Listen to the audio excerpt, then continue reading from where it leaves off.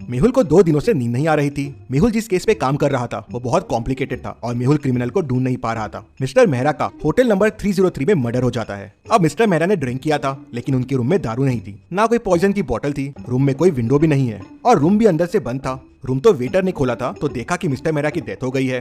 तो सबसे बड़ा सवाल ये था कि खून हुआ कैसे, मिस्टर मेहरा ने ड्रिंक कैसे किया और खूनी खून करके भागा कैसे, और बॉडी के पास एक नट भी पड़ा हुआ मिला, वो कहां से आया। मेहुल ने रूम के बाहर के सीसीटीवी फुटेजेस भी देखे, उसमें भी रूम के अंदर कोई नहीं आया था और ना मिस्टर मेहरा बाहर गए और अंदर आए। मेहुल वापस शुरुआत से केस को देखना शुरू करता है। मिस्टर मेहरा की बॉडी को देख के आपको कोई सुराग मिल रहा है? सोचिए और मुझे आपका आंसर कमेंट करके बताइए। चाहिए तो वीडियो को पॉज कीजिए।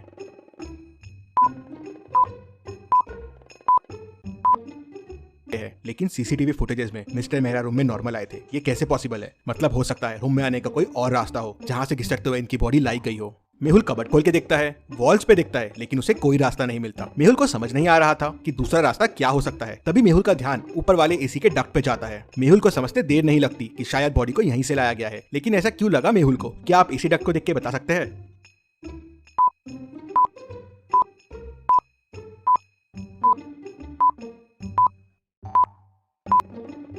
एसी डक्ट के आजू बाजू गीला है, मतलब ये खोला गया है और इसका एक नट मिसिंग है। ये वही नट है जो डेड बॉडी के पास भी है, मतलब मर्डर कहीं और हुआ है और ये एसी डक्ट की मदद से बॉडी को यहाँ लाया गया है। लेकिन मिस्टर मेहरा तो रूम से बाहर गए नहीं थे, मतलब मिस्टर मेहरा भी ये एसी डक्ट की मदद से ही कहीं गए होंगे। लेकिन वो क्यों गए होंगे? तभी वेटर बताता है कि ये डक्ट रूम नंबर 304 के साथ कॉमन है। मेहुल तुरंत रूम नंबर 304 ओपन करवाता है तो वो खाली रहता है। क्या आप इस रूम को देख के बता सकते हैं आपको इस रूम में क्या क्या क्लूज मिल रहे हैं और कितने क्लूज मिल रहे हैं? सोचिए और मुझे आपका आंसर कमेंट करके बताइए।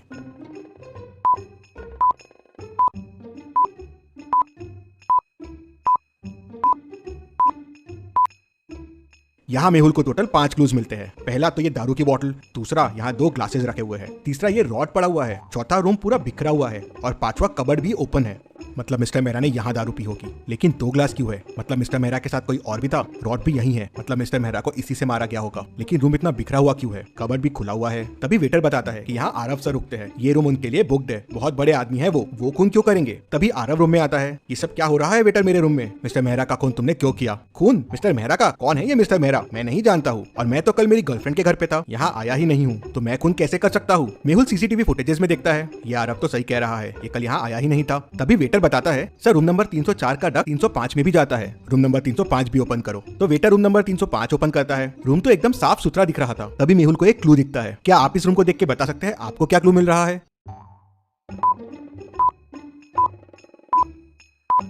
होटल में कोई ऐसा कॉस्ट्यूम क्यों पहन के आएगा? मेहुल सोच में पड़ जाता है। तभी वेटर बताता है कि होटल में कल कॉस्ट्यूम पार्टी रखी गई थी। अब सवाल ये था कि आरव रूम में था नहीं, मिस्टर मेहरा का खून उसी रूम में हुआ।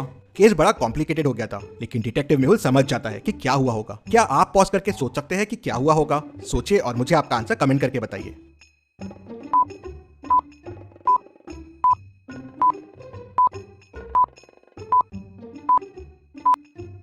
तो ये हुआ है, मिस्टर मेहरा डक्ट की मदद से आरव के रूम में आए। आरव रूम में था नहीं तो दारू दिखी और पीने लग गए। वहीं रूम नंबर 305 के डक्ट से किलर आया। उसने शायद मिस्टर मेहरा को आरव समझा और खून कर दिया। लेकिन ये दोनों रूम में आए क्यों? तभी आरव जोर जोर से चिल्लाने लगता है, मैं बर्बाद हो गया, मैं बर्बाद हो गया, मैंने इस रूम में 50 लाख रुपए रखे थे, वो चोरी हो गए। मेहुल कॉस्ट्यूम पार्टी के फोटो देखता है तो खूनी उसे पार्टी में दिख जाता है। क्या आप इन फोटो को ध्यान से देख के बता सकते हैं कि खूनी ने क्या गड़बड़ की है और मेहुल को कैसे समझ गया और खूनी कौन है? सोचिए और मुझे आपका आंसर कमेंट करके बताइए।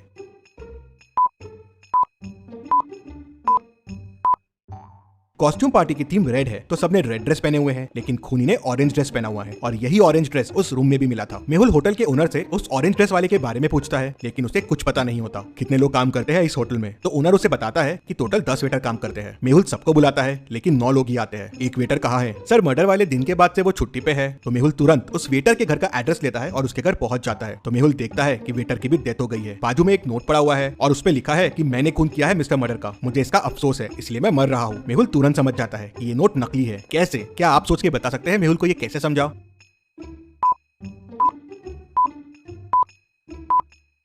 नोट के ऊपर जो पेन रखा हुआ है वो ब्लैक है, लेकिन नोट तो रेड पेन से लिखा हुआ है। मतलब ये लिखा किसी और ने है और उसके ऊपर पेन रख दिया। मतलब उसी खूनी ने इस वेटर का भी खून कर दिया। ये वेटर जरूर कुछ जानता होगा। मेहुल कॉस्ट्यूम पार्टी की फोटोज को वापस ध्यान से देखता है तो तुरंत समझ जाता है कि ये सब किसने किया होगा। कैसे? क्या आप ये फोटोज को वापस देख के बता सकते हैं? आप चाहे तो वीडियो को रिपीट कर सकते हैं।